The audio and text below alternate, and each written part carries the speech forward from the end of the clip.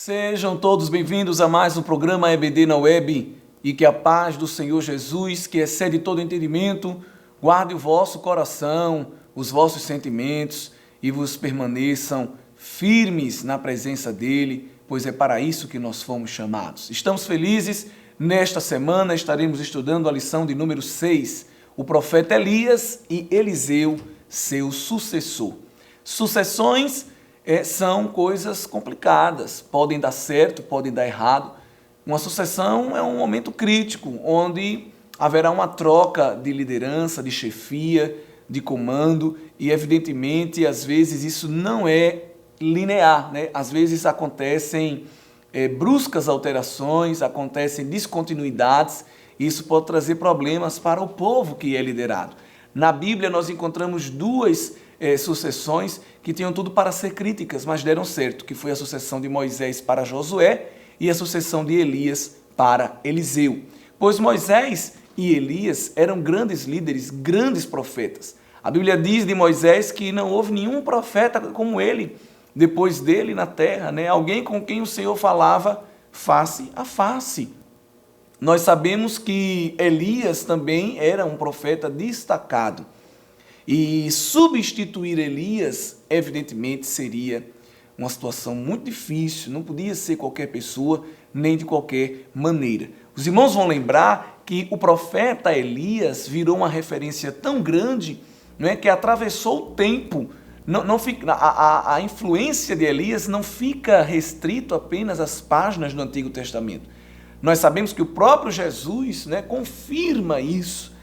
Quando João Batista é comparado no seu ministério ao ministério profético de Elias, né? A Bíblia diz que ele veio no espírito de Elias.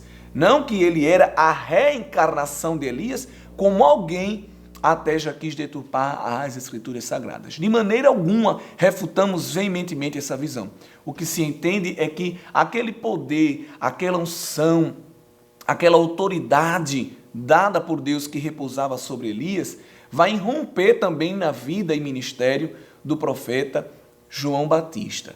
Nós vamos observar também que Elias era um profeta tão referencial que algumas vezes Jesus Cristo vai ser confundido com ele, né? Algumas pessoas vão olhar para Jesus, para suas palavras, para suas obras e vão pensar até que Jesus é essa ressurreição do ministério profético que Deus tinha na vida de Elias. Você vê isso, por exemplo, lá em Mateus, capítulo 16, e o versículo de número 14, né? Os evangelhos retratam muito isso, quando Jesus pergunta aos discípulos, quem dizem os homens ser o Filho do Homem? E aí vão dizer, olha, uns dizem que é João Batista, outros dizem que é Elias, outros dizem que és Jeremias, né? Então, no imaginário do povo, no senso comum, havia essa visão de que Jesus estava retomando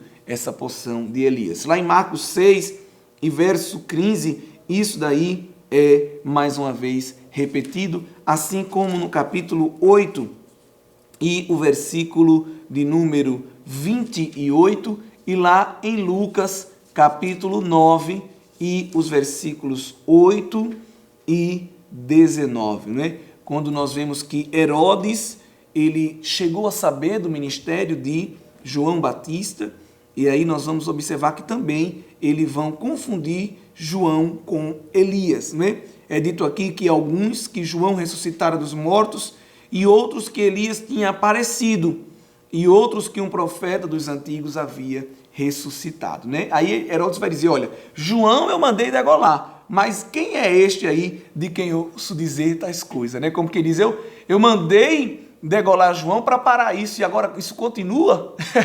Aleluia! Quem pode neutralizar? Quem pode anular o poder de Deus? Evidentemente, ninguém, não é? E as obras do Senhor Jesus vêm para retomar tudo isso. Então, queridos irmãos, é assim que nós podemos depreender a desenvoltura, a estatura espiritual que o profeta Elias possuía, de maneira que ele foi comparado, Cristo foi comparado a ele, né? As pessoas tinham como espelho, como referência, e identificavam em Jesus muitos traços do profeta Elias. Isso mostra que Elias não era um profeta qualquer, isso mostra que ele era uma figura que pairava na mente do povo como exemplo de profeta, tanto que também vai entrar na galeria dos heróis da fé, lá na carta aos Hebreus. Então, quando falamos dessa sucessão, já sentimos o peso da responsabilidade que recaía sobre Eliseu, pois ele não ia suceder um profeta, podemos dizer que ele ia suceder o profeta, aquele que era líder espiritual. E o currículo de Elias era um currículo idôneo, verdadeiro, imaculado, isento de escândalos, isento de qualquer tipo de cambalacho, de maracutaia, de arrumadinho, me permite essa expressão, até porque ele viveu num tempo de corrupção, mas não se corrompeu.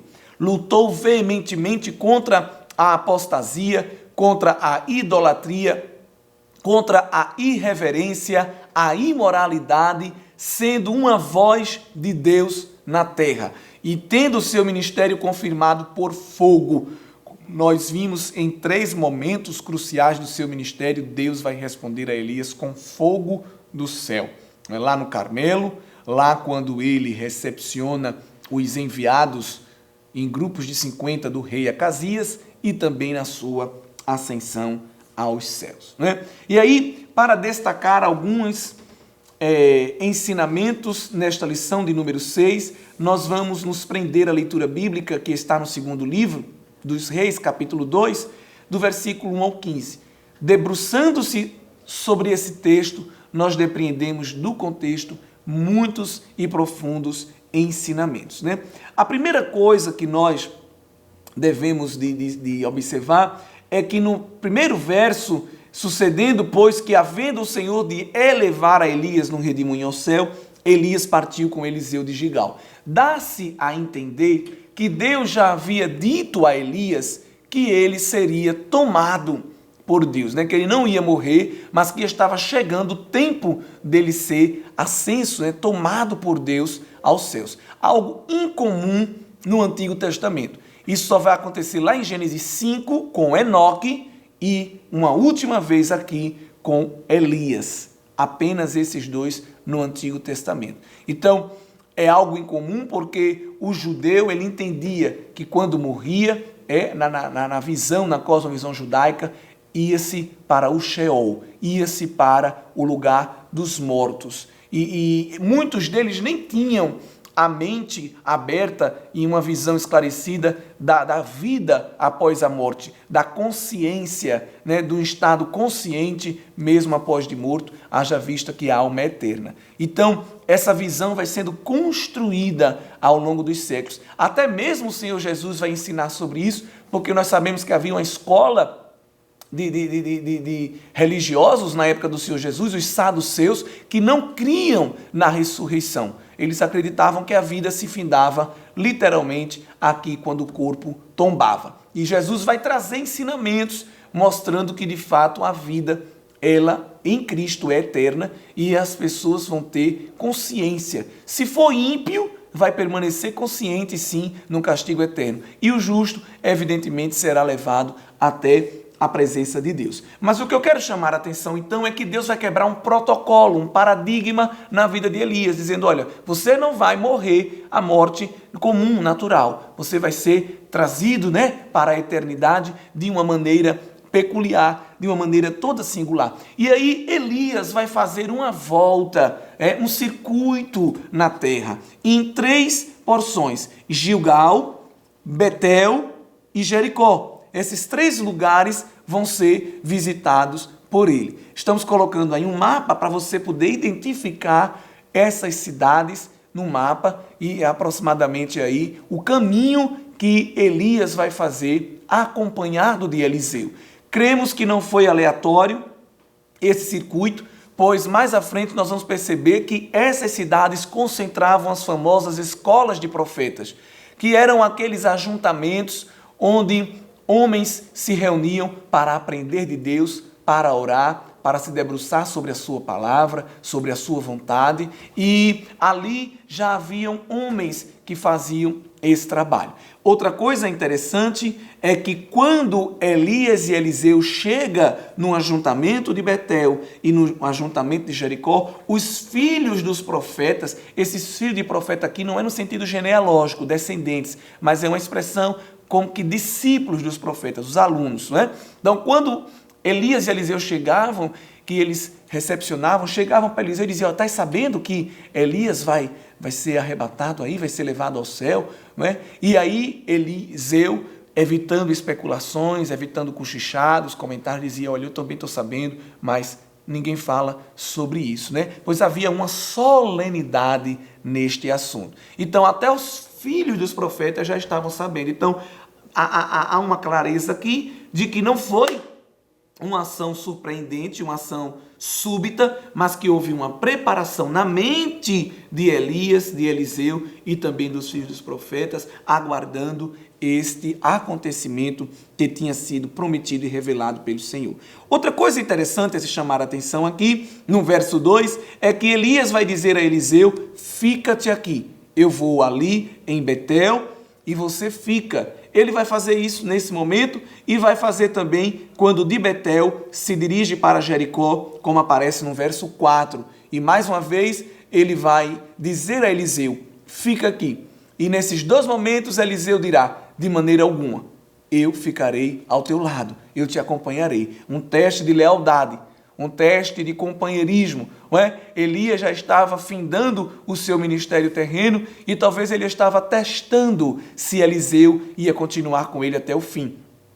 Talvez se Eliseu fosse uma pessoa oportunista, já ia se aproveitando da ausência, né, que se aproximava do profeta. Ele já está indo embora mesmo, agora quem vai ficar aqui sou eu, quem vai tomar a frente das coisas sou eu não preciso nem estar ao lado dele. E aqui a Bíblia nos dá um excelente ensinamento de lealdade, de submissão, de humildade, de amizade, de fidelidade, daquele que tem um homem de Deus como sua referência, um homem de Deus como um ponto de Deus, uma âncora, me permita assim dizer, onde se espelhar, de quem aprender, da quem ouvir. E Eliseu não vai sair da posição de servo, da posição de discípulo, da posição de aprendiz, até o momento final. É por isso que Deus, evidentemente, o abençoou, né? E aí, quando chega novamente ali em Jericó, aí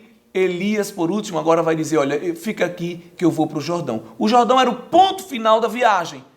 Com certeza, Elias sabia, né? Mas ele não vai dizer nada a Eliseu. E Eliseu, mais uma vez, vai dizer: "De maneira alguma, nós iremos." E eles vão juntos, e ali vai também 50 filhos dos profetas, param um pouco assim de longe, eles não estão intrinsecamente ligados a Elias e Eliseu, acompanham, mas de uma certa distância, ali de frente ao Jordão, e Elias e Eliseu vai atravessar através do milagre com o uso da capa do profeta, né? Ele dobra a capa e fere as águas, parecido com o que Moisés fez no Mar Vermelho com um cajado. Aqui ele vai fazer no Jordão com a capa do profeta. Se abrem duas com o pé em seco, eles atravessam, e aí, lá no verso 9, num particular entre Deus e Elias e Eliseu, Elias agora vai dizer: "Olha, antes que seja tomado de ti, pede-me o que queres." Então, havia consciência e havia clareza na mente de Elias de que ele estava prestes a ser tomado pelo Senhor. Então, veja que a bênção para Eliseu só vai ser liberada no momento final. Se Eliseu não tivesse acompanhado Elias até o fim, teria perdido a porção de Deus na sua vida.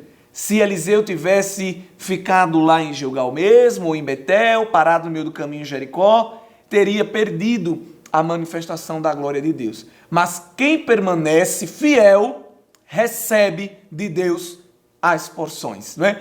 nunca volta de mão vazia. Esta é uma aplicação tremenda desta palavra. E aí Eliseu não titubeia, não hesita, não oscila em pensamento, mas rapidamente diz: quero porção dobrada do teu Espírito sobre mim. Essa expressão porção dobrada, que é muito conhecida nossa, principalmente pentecostais, tem múltiplas interpretações, mas o comentarista da lição vai nos chamar a atenção do que significava essa porção dobrada, retirando lá da lei mosaica, em Deuteronômio 21, isso você vai encontrar no segundo ponto da lição. Isso tinha a ver com a herança do descendente, não é? O primogênito, o filho mais velho, ele tinha direito a 2/3 da herança, por isso que não porção dobrada, né? Então, ele sempre tinha uma porção duplicada. Era assim que Deus fazia. Independente dos filhos, 2 partes da herança iria para o primogênito. E quando Eliseu pede isso, ele não está pedindo quantitativa, numericamente, o dobro do que Elias tinha. Embora que também Deus poderia fazer isso, sim. Mas o seu pedido seu desejo, na verdade, era ser reconhecido como um sucessor, né? Como um descendente, não genealógico, mas ministerial. Então, quando ele pede assim, eu quero porção dobrada, vivendo ali numa matriz de pensamento hebraico, é como que Eliseu estivesse dizendo: eu quero herdar, né, o que há em ti. Eu quero continuar o que tu iniciaste. Eu quero ser o teu sucessor. Eu quero desenvolver, eu quero ser um instrumento de Deus de continuação do teu ministério. É isso verdadeiramente que nós podemos compreender que estava na mente de Eliseu. O comentarista da lição diz o propósito do seu pedido. Ele queria a mesma coragem e zelo pela verdadeira adoração.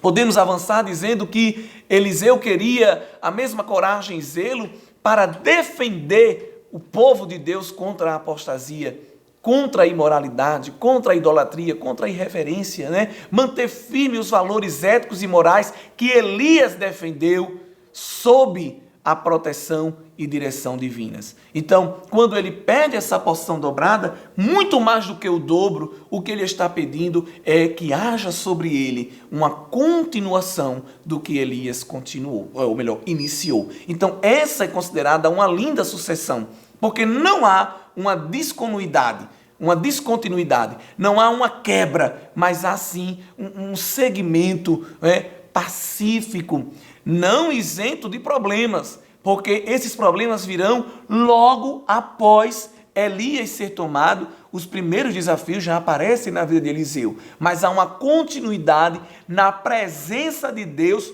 confirmando o ministério de Eliseu, como Deus confirmava o ministério de Elias. É tanto que nós vamos observar que nenhuma outra pessoa na Bíblia teve tantos milagres registrados no seu ministério quanto Eliseu. Ele só fica atrás, evidentemente, do Senhor Jesus, que é Deus e que precisava fazer sinais e milagres para manifestar a glória de Deus no seu ministério terreno. Mas aqui, no quadro inicial da lição, essa informação riquíssima aparece para nós de que Eliseu é o personagem bíblico, é o profeta bíblico, é o homem de Deus, do qual a Bíblia registra mais milagres efetuados por ele.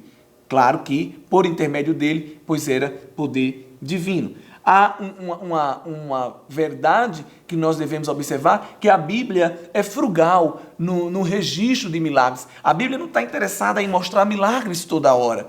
Nós vamos observar que o que é ensinado pela palavra de Deus é que nós confiemos muito mais na providência ordinária do Senhor, no seu cuidado cotidiano, do que nas manifestações espetaculares, miraculosas. Jesus fazia isso, mas ele mesmo diz: olha, vocês estão me seguindo por causa dos sinais, vocês estão me seguindo por causa do pão da terra, vocês estão me seguindo pelo que eu faço. E não é desejo de Deus que nós vivamos uma vida pautada em milagres, em coisas espetaculares, mas que confiemos no Deus que veste o lírio, que alimenta o pássaro e que também cuida de nós a cada dia. É esse Deus que diz: olha, busca o meu reino, a sua justiça, as demais coisas serão acrescentadas. Há muitos crentes que, infelizmente, espetacularizam o poder de Deus e vivem uma agenda de que todo dia e toda hora Deus tem que fazer algo extraordinário, como que para adorar a Deus houvessem necessidade de motivos extraordinários e os motivos ordinários não bastassem. Mas nós adoramos a Deus pelos motivos ordinários e extraordinários.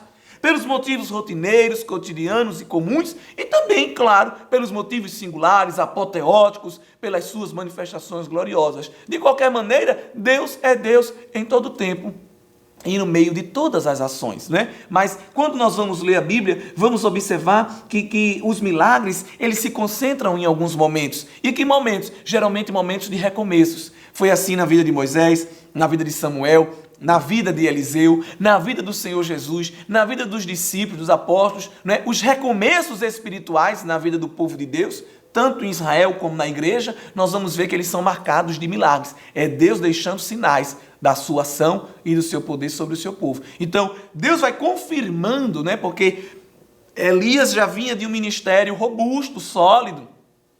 Eliseu estava no início ainda, então Deus vai confirmar neste recomeço, nesta retomada na vida de Eliseu, o seu ministério através de milagres, tá bem? Então é importante chamar a atenção disso, do significado da porção dobrada e do propósito do pedido do profeta. É uma coisa tão linda que quando ele diz assim, olha, eu quero porção dobrada do teu Espírito sobre mim, Elias vai dizer, coisa dura pediste. Pediste uma coisa difícil. Com certeza o profeta aqui foi um pouco também surpreendido, o profeta Elias. Não tanto, porque na fidelidade, na constância de Eliseu, ele já percebia que aquele moço tinha algo diferente, que era realmente o seu sucessor, até porque Deus já tinha falado a ele. Deus já tinha dito a Elias que ele era o seu sucessor. Mas Elias era homem de Deus, não era Deus. Deus é que conhece a mente e o coração. E aqui Eliseu confirma o desejo do seu coração, né? Deus mostra essa confirmação para Elias, e aí ele diz, olha, é uma coisa difícil, por quê? Porque porção espiritual só quem dá é o Senhor. Eliseu não pediu objetos, não pediu títulos, não pediu posições, ele pediu porções espirituais, e isso só quem pode dar é Deus. Mas por isso que Elias vai dizer, olha, fica aqui comigo até o fim, porque se assim ficares, assim se te fará. Ou seja, se tu permaneceres, Deus com certeza te concederá. E aí eles continuaram andando, continuaram falando. Veja que naquele momento específico não aconteceu nada de extraordinário, né? O diálogo continua, a caminhada continua. Aí vem a surpresa de Deus. Aí vem o elemento surpresa de Deus. Porque no meio da conversa, enquanto andavam, verso 11 diz que um carro de fogo com cavalos de fogo se colocou no meio deles, né? Os separou. E aí a gente muitas vezes pregando, cantando, conversando, a gente sem examinar corretamente as escrituras, terminamos por equívoco cometendo o erro dizendo que Elias subiu numa carruagem de fogo. Mas a Bíblia é clara, a carruagem de fogo e os cavalos de fogo não foi o transporte de ascensão de Elias. Elias subiu num redemoinho. O carro e a carruagem de fogo, que eram elementos típicos das teofanias, né, associados à presença de Deus, porque significava poder, eram instrumentos dos reis, dos monarcas, né? Não é qualquer pessoa que tinha uma carruagem, era como ter um carro de luxo, né, nos dias de hoje. Então, aquilo simbolizava poder, realeza, autoridade. Então, aquela carruagem com aqueles cavalos vai se colocar entre os dois. E nessa separação por uma teofania, pela presença da manifestação da glória de Deus, um redemoinho toma Elias e ele sobe ao céu. Bem, esse redemoinho no original hebraico significa um estouro, um movimento, uma tempestade. Então, foi algo de súbito, né? Foi algo de súbito, com muita energia, com muita ação, com muito movimento, e o profeta vai aí subir aos céus. Quando Eliseu vê isso, clama, meu pai, carros de Israel e seus cavaleiros, não vê mais Elias, e como sinal de luto, como um sinal de humilhação, também como um sinal de respeito pela perda, mesmo sabendo que Deus era quem estava promovendo aquilo, ele vai rasgar as suas vestes. Também mostrando que a partir daquele momento, ali ele estava abrindo mão do que ele era, para ser, evidentemente, o que Deus queria que ele fosse. E aí ele toma a capa, porque aí a capa de Elias deixa cair. Propositalmente, cremos assim, porque creio que Deus deu a ele a visão de que aquilo ali ia ser um símbolo, não é? Não era que aquela capa seria um amuleto, um talismã, de maneira alguma, mas um símbolo de que Deus tinha ouvido a Eliseu.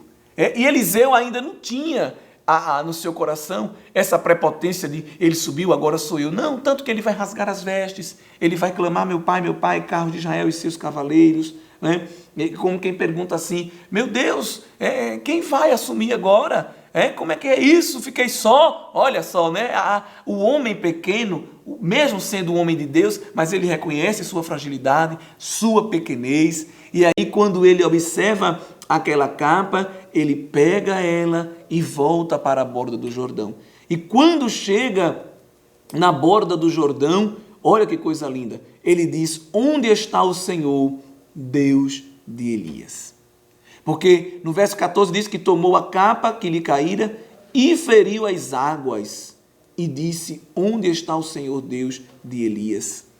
É como que ele tivesse batido na água com a capa e dissesse, e aí? E agora? Cadê Deus? Cadê a porção? Cadê o Espírito do Senhor? Aleluia! Aí Deus surpreende ele como quem diz, eu estou aqui, eu ouvi a tua petição. E aí as águas, olha só, se dividiram para uma e para outra banda, né? Na segunda vez que ele fere. Porque aqui no verso 14, 2 vezes aparece essa expressão, e feriu as águas. Dá um pouco a entender que ele tocou, não aconteceu nada, e aí ele pergunta, cadê Deus? Porque tudo que nós fazemos tem que ser por Deus em nós. Todas as nossas ações devem ser dirigidas por Deus, devem ser guiadas pela presença de Deus. É a prova de que não era a capa do profeta que resolvia, mas o Deus do profeta quem ia agir. A capa somente não teve ação, mas quando Elias invocou o Deus da capa, o Deus do profeta, o Deus do Jordão, o Deus dele mesmo, o Deus de todas as coisas, o único Deus, as águas se abriram, aleluia, e o Jordão, mais uma vez, virou passarela para o profeta passar. E aí que coisa linda, não é, irmãos? Que no verso 15, lembra daquele grupo dos 50 filhos do profeta que ficaram lá do outro lado aguardando a cena? Quando eles viram Eliseu atravessando, porque eles estavam lá de frente de Jericó, o mesmo lugar onde Josué tinha atravessado com o povo, lá no livro de Josué, no capítulo 3. Aí eles disseram, o espírito de Elias repousa sobre Eliseu. Isso aqui é tremendo, porque eles não ouviram a conversa lá do verso 9. Eles não disseram assim, eles não viram quando Eliseu disse, eu quero porção dobrada do teu espírito. Mas o verso 9 era no anonimato, era no secreto. O verso 15 foi em público.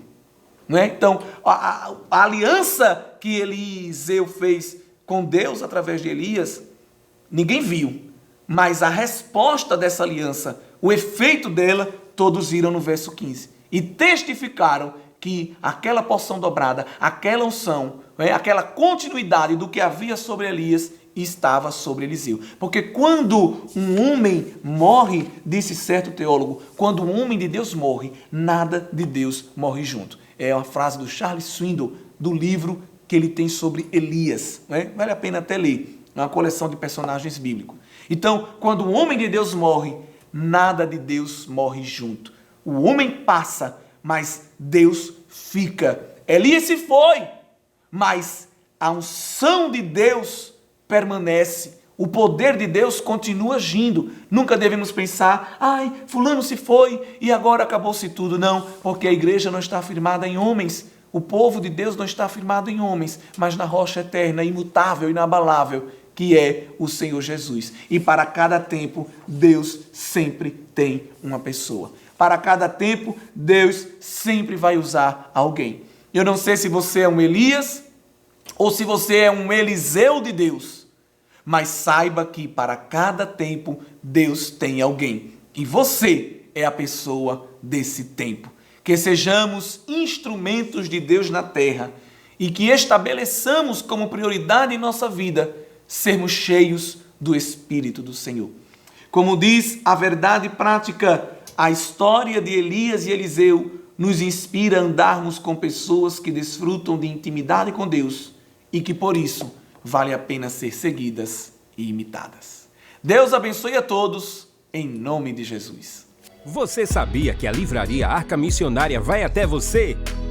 Pois é, para sua melhor comodidade, sua livraria agora dispõe dos serviços de entrega. Tudo isso para que você, amigo leitor, desfrute de boas literaturas sem sair do conforto da sua casa. Entre em contato conosco através do nosso WhatsApp 81982867808 ou através das nossas redes sociais. Livraria Arca Missionária, cada dia mais perto de você.